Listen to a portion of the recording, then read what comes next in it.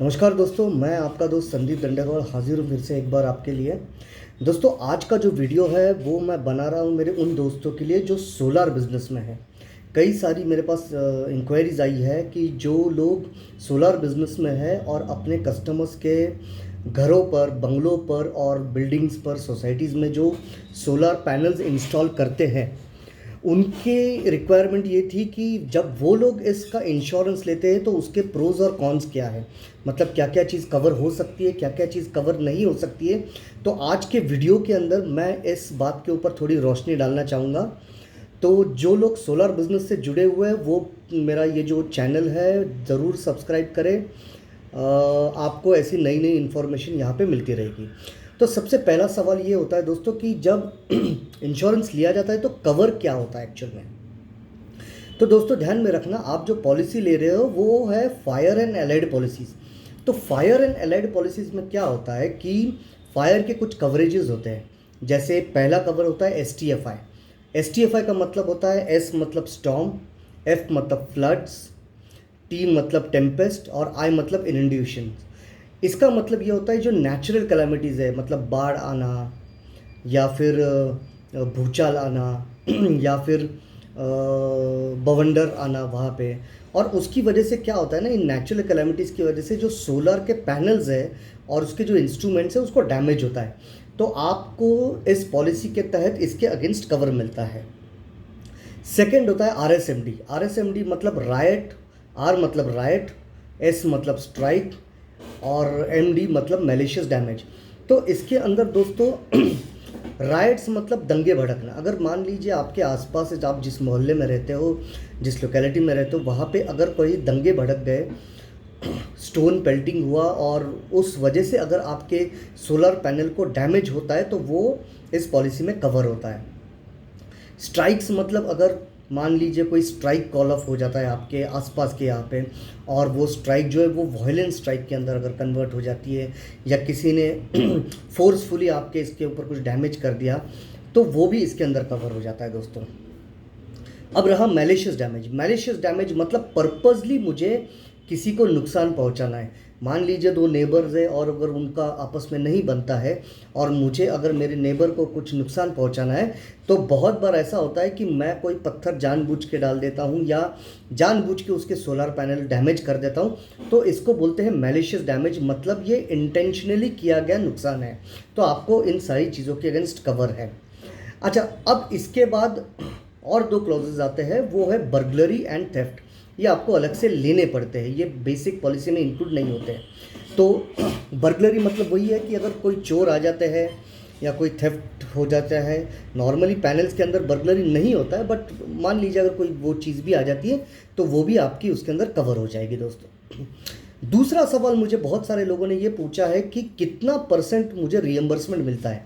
मान लीजिए मेरे सोलर पैनल इंस्टॉलेशन की कीमत है 10 लाख रुपया, तो अगर वो डैमेज होता है तो मुझे कितना पैसा मिलेगा। देखिए दोस्तों, आपको पहले तो ये ध्यान में रखना है कि जब भी आप पॉलिसी लोगे तो पूरे कीमत की पॉलिसी लेना। अगर आपने वो सोलर इंस्टॉलेशन जो है वो अगर 4-5 साल पहले किया हुआ है और उसकी उस समय की कीमत अगर 5 लाख रुपया है, तो आपको आज की कीमत लेना होगा। मतलब मान लीजिए अगर उसकी कीमत आज 8 लाख रुपया है, तो आपका जो इंश्योरेंस है वो 8 लाख के ऊपर होना चाहिए, ना कि 5 लाख के ऊपर। अगर आप आज भी अगर उस 8 लाख की कीमत के बजाय आप अगर 5 लाख का इंश्योरेंस लेते हो, तो उसके अंदर अंडर इंश्योरेंस का क्लॉज लगता है। अंडर इंश्योरेंस का क्लॉज मतलब इंश्योरेंस कंपनी ये कहेगी कि भाई 8 लाख की चीज़ इंश्योर करनी थी, लेकिन आप लोगों ने उसको 5 लाख के लिए इंश्योर किया, तो इंश्योरेंस कंपनी का नुकसान हुआ है।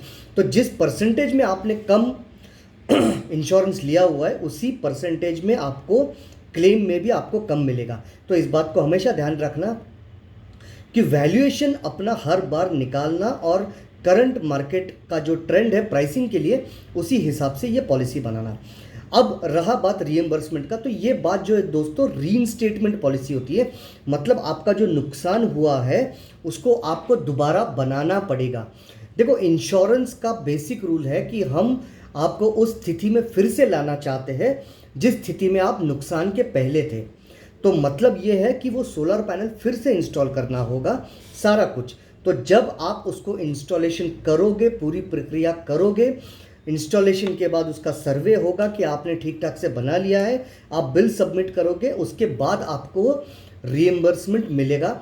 नॉर्मली ये सारा प्रोसेस मतलब रीइंस्टॉलमेंट और डॉक्यूमेंट्स देने के बाद 15 से 20 दिनों के अंदर आपका जो क्लेम है अनुमान किसी भी इंश्योरेंस कंपनी में सेटल हो जाना चाहिए। अब मैंने आपको ये बता दिया कि रीइंस्टेटमेंट पॉलिसी होती है।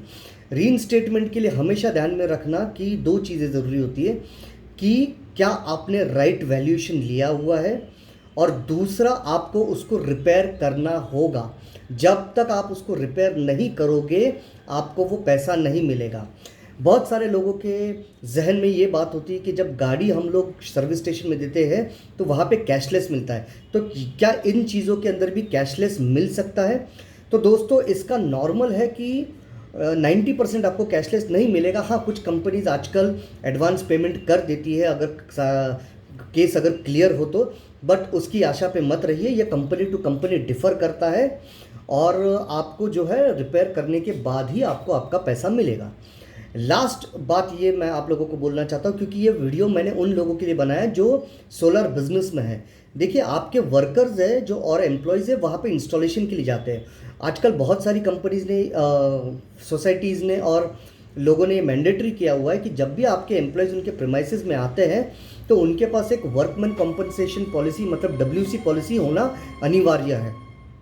और अगर उन्होंने अनिवार्य नहीं भी किया है तो भी मेरी आप लोगों से रिक्वेस्ट है कि आप लोग अपना WC पॉलिसी निकाल के रखिए, क्योंकि इंस्टॉलेशन जो होता है वो हाइट के ऊपर होता है। बहुत बार हो सकता है कि वहाँ पे कोई एक्सीडेंट हो जाए, आपातकाल स्थिति आ जाए और आपका जो एम्प्लॉय है उसे अपनी जान गंवानी पड़े या उसका कोई परमानेंट डिसेबिलिटी हो जाए, तो इस स्थिति में आपका WC पॉलिसी आपके लिए मददगार बनेगा। इस पूरे प्रक्रिया में दोस्तों एक पॉइंट बहुत इंपॉर्टेंट है जिसके ऊपर मैं आपका ध्यान आकर्षित करना चाहता हूँ कि क्या कवर नहीं है। हमने तो ये देख लिया कि क्या क्या कवर है, कैसे आपको इसके अंदर बेनिफिट मिलेगा। एक चीज़ सोलर के अंदर दिक्कत होती है, वो आप ध्यान से सुनिएगा।